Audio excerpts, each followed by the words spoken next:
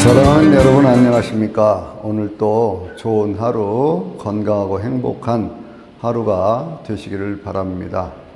오늘 우리가 살아가는 이 시대를 AI 시대라고 말하고 있지 않습니까? 이 AI 시대는 특별히 사람들이 만들어낸 기계에 저장된 어떤 정보의 양이라든 것이 그걸 또 처리하는 속도라고 하는 것이 아주 폭발적으로 늘어나서 인간이 거의 상상할 수 없을 정도만큼 이렇게 늘어난 그런 시대라고 하는 것이죠. 인류는 지난 수천 년 동안에 수없이 많은 문화와 문명을 발전시켜 왔지만 2017년부터 시작해서 지금 2026년 아닙니까? 지난 10년 동안에 이 발전해 오면서 AI에 의해서 축적된 지식의 양이라고 하는 것이요. 그것이 지난 수천 년 세기 동안에, 그러니까 2016년까지 있었던 그 모든 것들의 몇 배나 될 것 같습니까, 여러분? 그것이 거의 100배가 된다, 그렇게 얘기를 하고 있죠. 그런데 그 100배쯤 되는 그 지식의 양이라고 하는 것, 인간이 상상할 수도 없을 만큼의 그런 양인데도, 그런데 요즘에는요, 거의 12시간마다 거의 배가 늘어나고 있다, 이렇게 말할 정도로 아주 폭발적인 지식 팽창의 시대에 우리는 살아가고 있습니다. 이러한 것들을 통해서 우리는 그동안 알지 못하던 많은 사연들이라든지 많은 내용들을 알게 되는데요. 어떤 우주라고 하는 것에 대해서 생각을 해볼 때도 어떤 것이 있느냐 그러면 우주에 예를 들면 뭐 중성자별이라는 것이 있더라고요. 그런데 그 중성자별이 폭발을 할 때 뭐가 만들어졌느냐 그러면 그게 금과 같은 것들이 만들어졌다, 이렇게 얘기를 하고 있죠. 이 금과 같은 것들이 만들어졌다고 하는 그러한 말은 무슨 얘기냐, 우리 지구에는 원래 금이라고 하는 것이 처음 만들어질 때 없었는데 우주에 있던 그런 별들이 폭발을 하면서 그 초고온 속에서 만들어졌던 그러한 것들이 이 지구에 그대로 들어와서 그것이 금이 되었다, 이렇게 얘기를 하고 있는 것입니다. 참으로 놀라운 것이죠. 그런데 그러한 금이 이 땅 속에만 있는 게 아니고 우리의 몸 속에도 있다고 얘기를 하거든요. 그럼 우리의 몸 속에 있는 금들은 무슨 역할을 하느냐 그러면 우리 몸에 흐르는 전류를, 그것을 계속 옮겨 다닐 수 있도록, 전류가 이렇게 지나갈 수 있도록 하는 그런 통로에 필요한 역할을 한다, 이렇게 얘기를 하고 있습니다.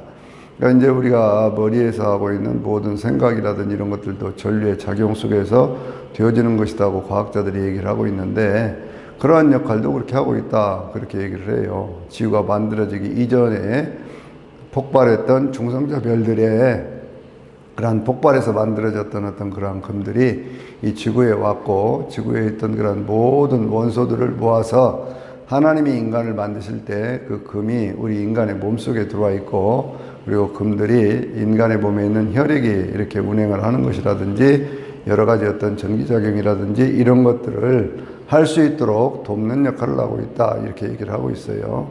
참 놀라운 얘기입니다.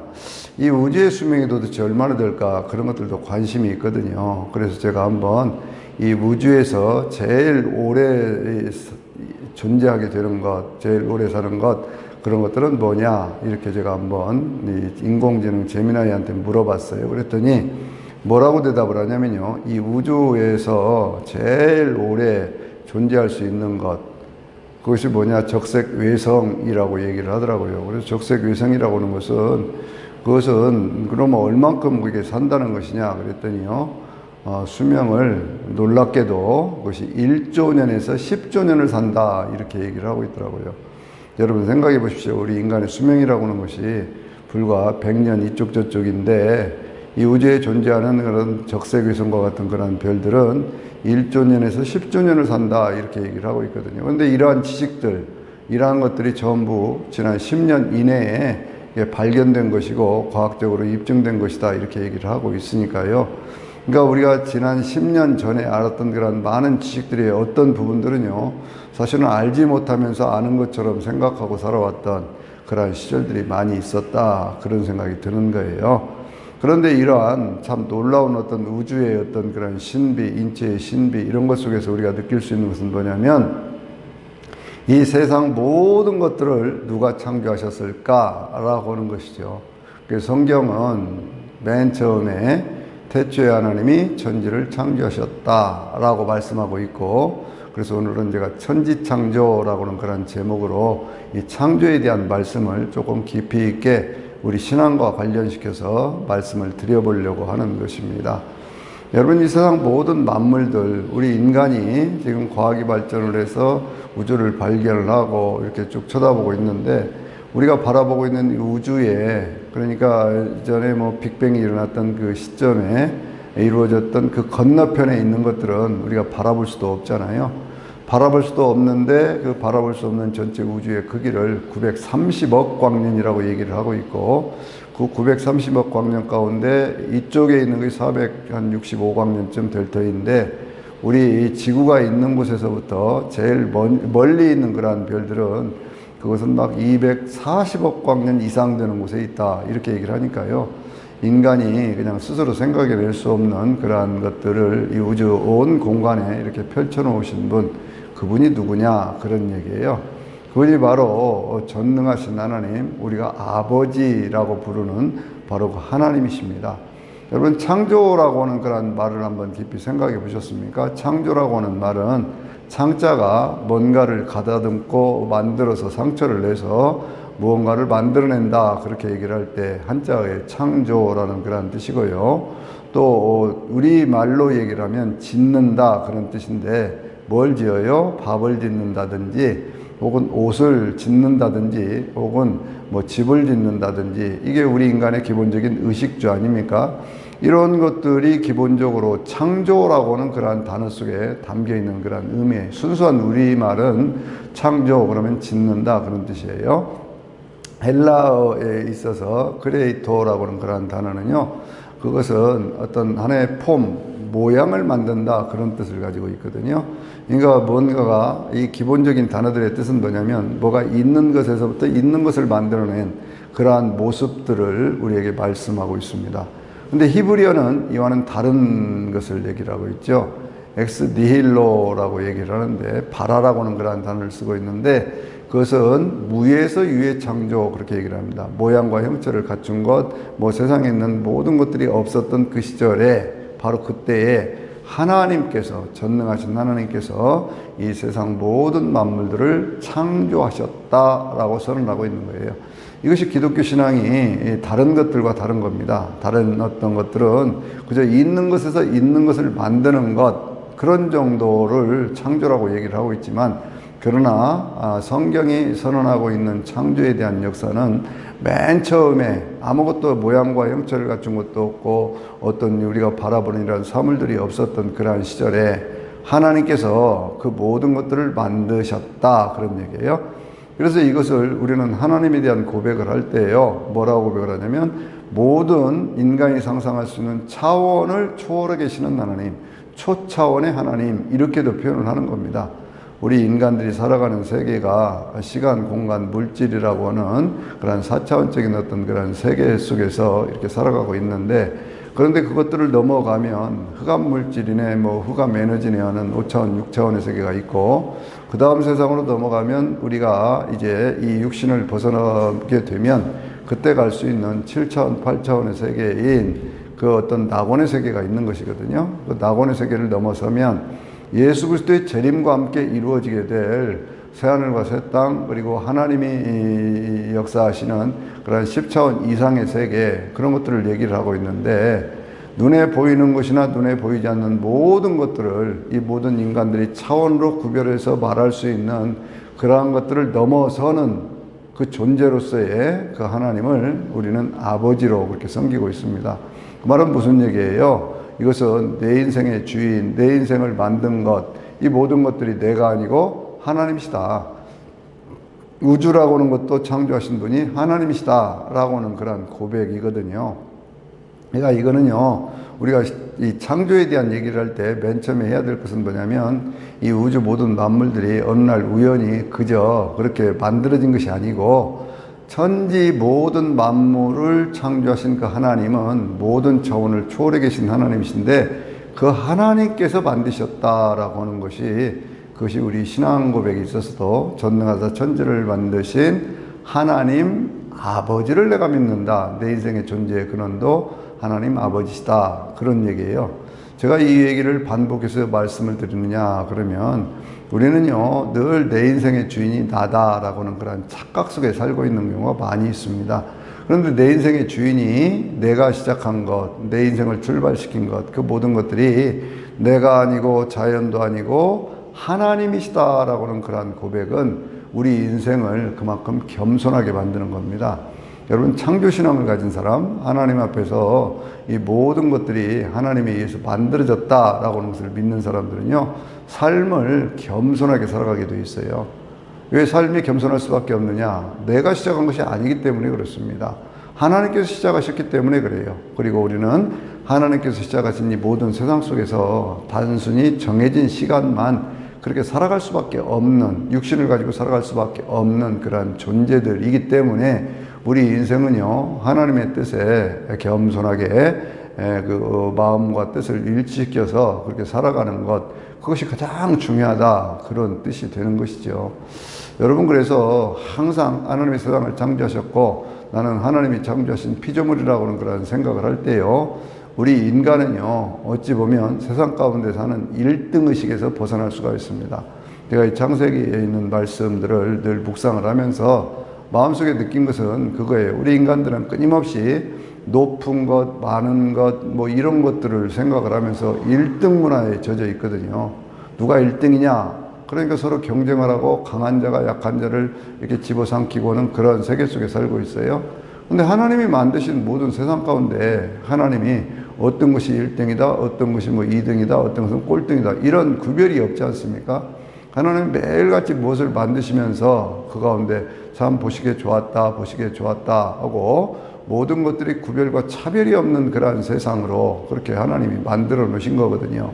근데 우리 인간들은 하나님이 만들어 놓으신 것 가지고 새로운 것들을 만든답시고 뭘 만들어 가면서 그런 것들을 서열을 먹여요. 요즘에 무슨 월드컵 축구 같은 것도 있고 그러는데 그 속에서 계속 토너먼트라는 걸 거쳐서 결국에는 끝들이 가서 어느 것이 무엇입니까?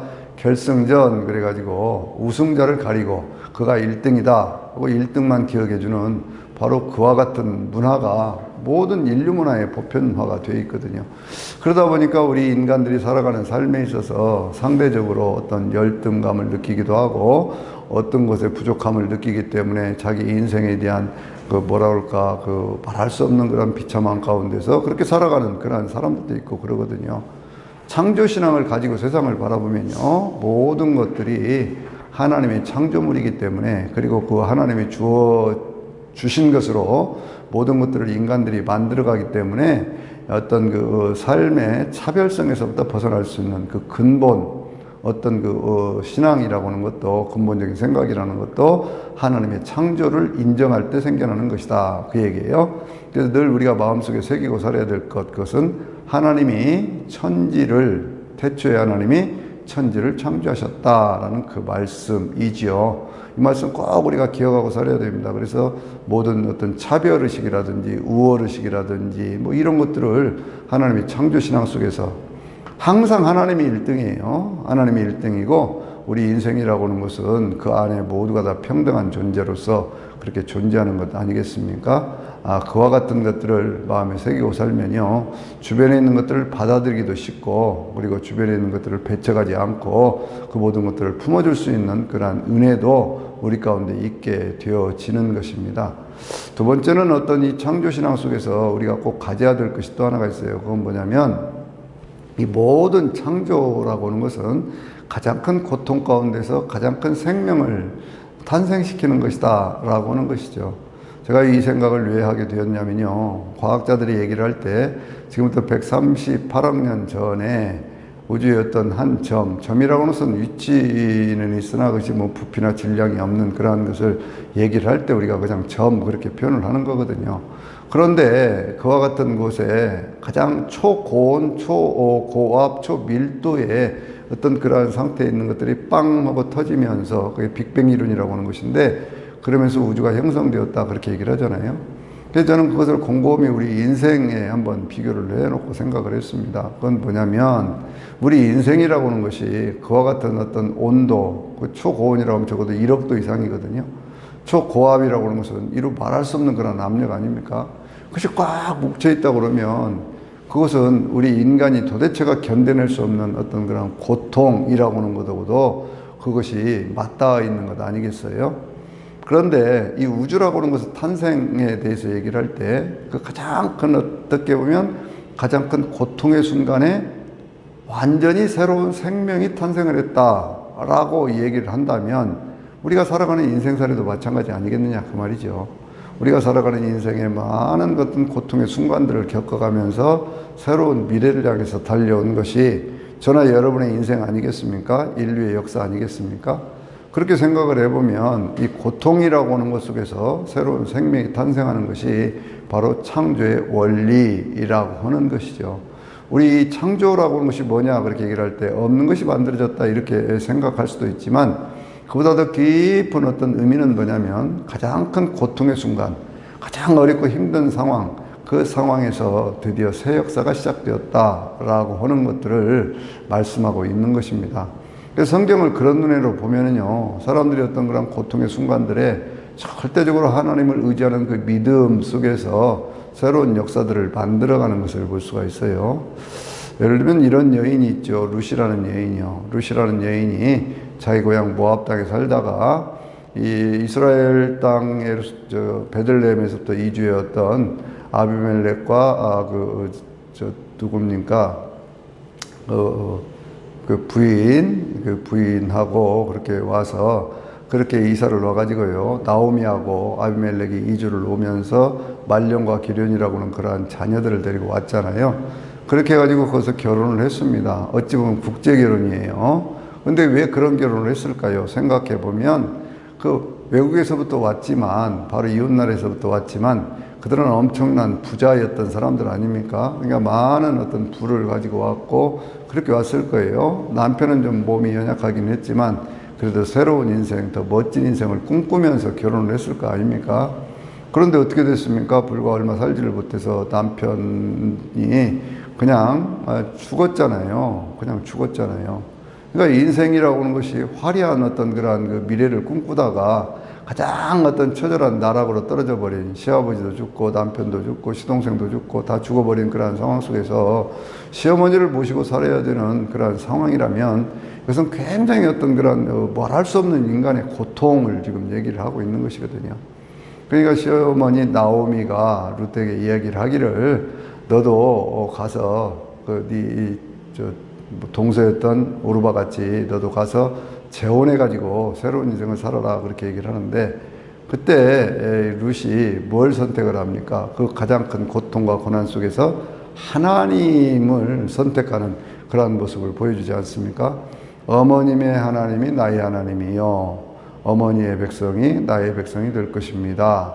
내가 죽는 일 외에는 어머니와 그렇게 헤어져 이렇게 사는 일이 없을 겁니다 라고 얘기를 합니다. 저는 이 말씀을 보면서요 창조의 신앙이라는 것이 뭐냐라고 하는 것을 생각해 봤습니다. 그것은 뭐냐면 인생이 가장 어렵고 힘들고 고통스럽고 병중에 있고 뭐 그런 어떤 것들이 있다고 할지라도 그 속에서 희망의 끈을 놓지 않고 하나님을 바라볼 때 하나님이 로고스의 말씀으로 역사하셔서 태초에 하나님의 어둠 가운데 빛이 있으라고 말씀하신 그 하나님의 역사가 나타나면서 새로운 인생길이 열린다라고 하는 것이죠. 창조신앙은 이만큼 위대한 것입니다. 나 자신을 겸손하게 만들 뿐만 아니라 그 겸손한 삶의 모습 속에서 정말 낮아지고 턱없이 낮아질 수 없는 그러한 상황, 견딜 수 없고 도대체가 어떻게 해볼 수가 없는 그러한 상황, 사방으로 이렇게 우겨쌈을 당했다. 사도 바울은 그렇게 얘기를 하잖아요. 거꾸로 튀임을 당했다. 그렇게 얘기를 하잖아요. 그런데 그 속에서도 낙심하지 않는 것. 바로 그것이 그 신앙이, 로고스의 신앙이, 예수 그리스도를 믿는 그 신앙이 바로 그것이 하나님의 새 역사를 이루었다라고 하는 것이죠. 여러분 이것이 정말로 위대한 역사입니다. 정말 말할 수 없는 역사예요. 창세기 1장 2절에 땅이 혼돈하고 공허하며 흑암이 깊음 위에 있고 하나님의 신은 수면에 운행하시니라 그랬죠. 그런데 하나님의 신 성령께서 역사하시기 이전에요. 그 이전의 상태는 뭐예요? 흑암이고 그것이 헤아릴 수 없을 정도로 깊었다 그런 얘기잖아요. 그러니까 이 어둠의 상태, 모든 것들이 혼란스럽고 텅 비어있고 아무것도 없는 것 같은 그런 상태 속에 깊은 어둠만이 마음속에 자리를 잡고 있는 그러한 상황 속에 그것을 포기하지 않고 내버려 두지 않고 성령께서 감싸고 계신다 라고 하는 것이 얼마나 우리 고통을 당하고 있는 많은 사람들에게 위로가 되는 말씀입니까?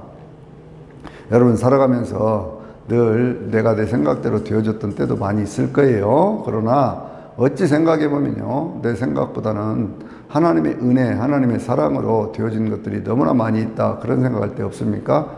그런 믿음, 창조주 하나님에 대한 모든 것들을 만드신 하나님께서 없는 것에서부터 있는 것을 만드신 하나님이라면 내 인생 가운데서도 무엇인가 없다고 생각되는 그것을 하나님 앞에 기도할 때 만들어주시는 그 하나님, 이렇게 바라볼 수 있는 거거든요. 아무리 큰 고통 가운데 있다고 할지라도 그 고통 속에서 내 인생의 새로운 출발, 엄청난 새로운 역사들을 이루어 가시는 바로 그 하나님의 역사를 우리는 과학자들이 말하는 것 속에서도 창조의 어떤 그 역사를 바라볼 수가 있는 겁니다. 어리석은 사람들은 말하기를 뭐 진화나 창조냐 그런 얘기를 하지만요, 성경이 말씀하고 있는 것은 그런 단순한 논리가 아니에요. 그것보다는 더 깊고 깊은 정말 이 모든 차원을 초월해 계신 하나님을 우리의 마음으로부터 믿고 입으로 시인하면서 만나게 될 때 새로운 역사가 나타난다라고 하는 것들을 우리에게 말씀하고 있는 것입니다. 과학자들이 이 이야기하고 있는 것 가운데 하나만 더 말씀을 더 드려볼게요. 그것은 뭐냐 하면 처음에 빅뱅이라고 하는 어떤 그런 상황이 생겼을 때 맨 처음에 생긴 것들이 그것이 뭐냐 그럴 때 그것이 수소 원자라고 얘기를 하거든요. 수소 원자. 그리고 수소 원자들이 이게 결합을 하면서 수소원자 두 개하고 또 두 개가 이렇게 결합을 할 때 두 개는 중성자가 되어지면서 그것들이 모여져서 헬륨 원자를 만들었다, 그렇게 얘기를 합니다. 그래서 우주 가운데 가장 널리 퍼져 있는 것, 그것은 수소가 한 75%, 헬륨이 한 24% 정도 되어서 전 우주에 있는 것 가운데 가장 많은 것들을 그것을 수소와 헬륨 그렇게 얘기를 하고 있거든요. 그런데 저는 이 과정을 곰곰이 한번 생각을 해봤어요. 가장 연약하고 가장 가벼운 것이 먼저 생긴 거거든요. 수소라고 하는 것은 이 우주에 퍼져 있는 것 가운데 가장 가벼운 것들입니다. 그래서 그 가벼운 것들을 곰곰이 생각하다 보니까 뭐가 생각이 됐냐면요, 우리 인생의 연약함이 생각이 났어요. 우리 인생의 그 가볍다라고 하는 것은 뭔가 어디 한 곳에 정착할 수도 없을 만큼 어떤 그런 거 아니에요. 그런 연약함, 그런 부족함, 그런 사람들이 네 개가 뭉쳤다 그 말이죠. 그런 수소들이. 그러니까 서로 연약한 사람끼리 돕기 시작하고 그렇게 하다 보니까 그것이 새로운 물건들을 만들어내고 헬륨과 같은 새로운 것들을 창조해내고 그 속에서 뭉치면서 애쓰고 힘써서 뭉치면서 거기서 소실되었던 그러한 질량만큼 그것을 0.7%라고 얘기를 하더라고요. 그만큼이 열이 되고 빛이 되어서 오늘 태양 가운데서도 그 가장 깊은 곳에서 그렇게 1초에 어떤 6억 톤이나 되는 그런 수소들이 핵융합을 하면서 그것이 헬륨이 만들어질 때에 그게 0.7% 되는 한 4천만 톤 정도가 그것이 빛이 되고 열이 되어서 그것이 오늘 우리 지구에까지 비치고 있는 것 아니겠습니까?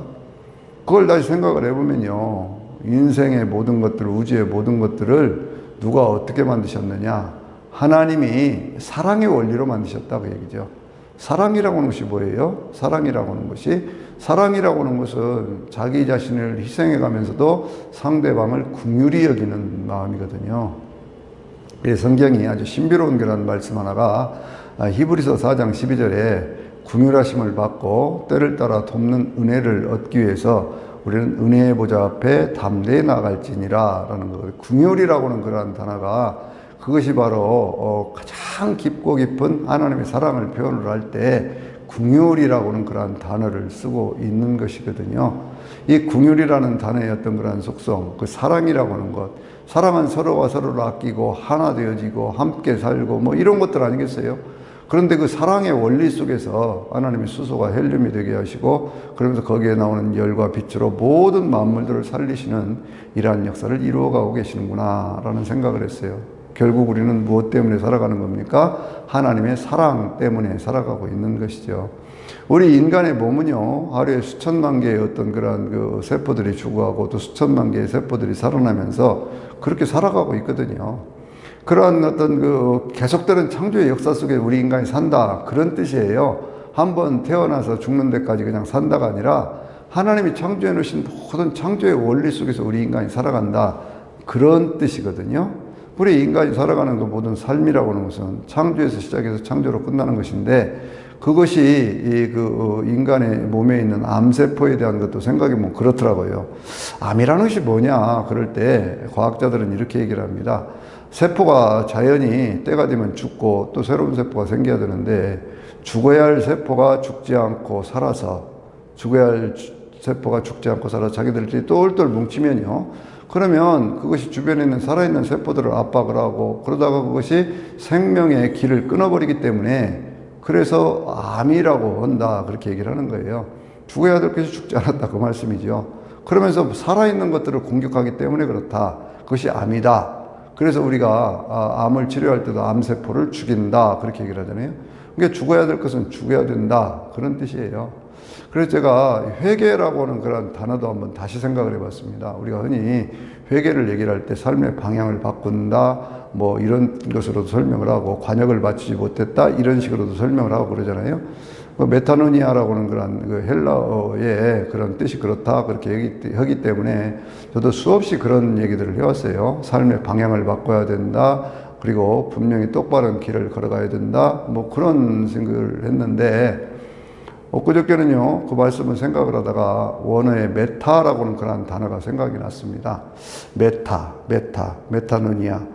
메타노니아라고 하는 것은 다른 말로 얘기를 하면 메타노모스거든요. 노모스라고 하는 그런 단어는 무슨 뜻을 가지고 있을까요? 그것은 인간이 가지고 있는 감정, 지식, 뭐 이런 모든 의지, 이 모든 것들을 얘기하는 건데, 메타라고 하는 것은 넘어간다라고 하는 것이거든요. 우리가 메타버스 그렇게 얘기를 하지 않습니까?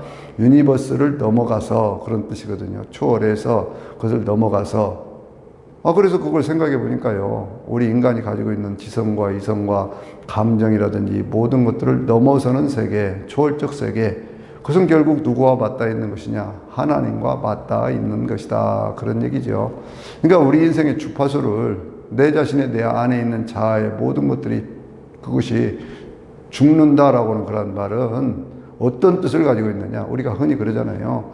나를 죽여야 된다, 나를 죽여야 된다. 그런데 죽인다고 하는 것이 그냥 그럼 어떤 뜻이 될 것인가. 그걸 다시 한번 생각을 해봤어요. 그랬더니 그것은 뭐냐면 하나님의 그 뜻과 내 뜻을 일치시키는 것. 그래서 그분의 뜻에 맞게 살아가는 것. 이것이 참다운 회개라고 하는 것이겠구나라는 생각을 했어요. 그래서 회개를 일상화시킨다고 하는 것은 우리가 바탕은 뭐예요? 믿음이잖아요. 우리의 신앙의 어떤 그런 바탕, 믿음. 하나님을 절대적으로 신뢰하는 믿음. 창조주신 하나님을 믿는 믿음. 바로 그 믿음이거든요. 그 믿음의 바탕 위에 날마다의 삶에 우리의 어떤 그런 영적인 주파수를 하나님과 맞춰 살면 내 인생에는 모든 자아, 모든 마음의 생각이라든지 몸의 행동이라든지 이런 것들이 하나님과 방향을 맞춰서 걸어가는 것. 그것이 바로 동행이라고 하는 것이고 그 동행을 통해서 죽음을 보지 않고 옮겨졌던 사람이 바로 에녹이라고 얘기하지 않습니까? 그러니까 삶의 날마다 어떤 그런 회개의 삶을 산다라고 하는 것도 결국은 뭐냐면 창조주신 하나님을 인정하고 사는 것. 그런 뜻이죠. 하나님이 계시기 때문에 하나님이 내 인생의 주인이시기 때문에 하나님이 1등이시기 때문에 그러니까 1등이신 하나님 모든 것들을 주관하시는 하나님 그 하나님의 뜻에 내 인생을 맞추어 살아가는 것 이것을 다시 또 이렇게 생각을 해봤어요. 우리가 군대 생활을 할 때요. 뭐 군대 생활 해봤지 않습니까? 오래전에도 군대 생활을 했는데 그런데 그 할 때 뭐 사병들은 되게 소대장 말 듣잖아요. 소대장들은 중대장 말 듣고 중대장들은 대대장 뭐 연대장 사단장 이렇게 쭉 말을 들어서 그 지휘계통에서 움직여지는 것처럼 내 인생에 있는 모든 것들도 내 인생을 지휘하시고 내 인생을 인도하시는 그 하나님의 뜻에 맞춰 살아가는 것 이것이 창조신앙에 맞게 인생을 살아가는 것 그런 것일 것이다라고 생각을 했습니다. 그래서 다윗은 그랬잖아요. 여호와는 나의 목자시니 내게 부족함이 없으리로다 라고 하는 그런 고백을 할 수 있었던 것이 자기 삶의 어떤 방향, 어떤 태도, 생각 이 모든 것들을 영적인 주파수를 늘 맞춰가면서 어떤 회개의 어떤 그런 삶을 일상화 시켜갔을 때 그 회개의 삶 속에서 이 세상 모든 것들을 창조하신 하나님이 그 뭐 없는 것을 있게 하시는 하나님이 우리 인생 가운데 내게 욕심으로가 아니라 하나님의 은혜 가운데서 필요를 채워주시고 그리고 더 나아가서 가장 큰 고통 가운데 새 생명을 탄생시키는 마치 엄마들이 가장 큰 고통을 겪고 아이들을 출생하는 것처럼 그렇게 새로운 역사들을 이루어 가시면서 그 모든 것들을 사랑으로 이루어 가시는 것 바로 그것이 창조라고 하는 것이죠. 그래서 하나님의 천지창조에 대한 것들을 우리가 깊이 생각을 해보면요, 정말 우리가 왜 하나님의 은혜 속에서 살고 있는가 라고 하는 것들을 다시 한번 생각해 볼 수가 있습니다. 오늘 또 천지를 창조하신 하나님의 은혜와 사랑 속에서 저와 여러분의 삶이 더 아름답고 행복한 귀한 삶이 되시기를 주의 이름으로 축원합니다. 아멘.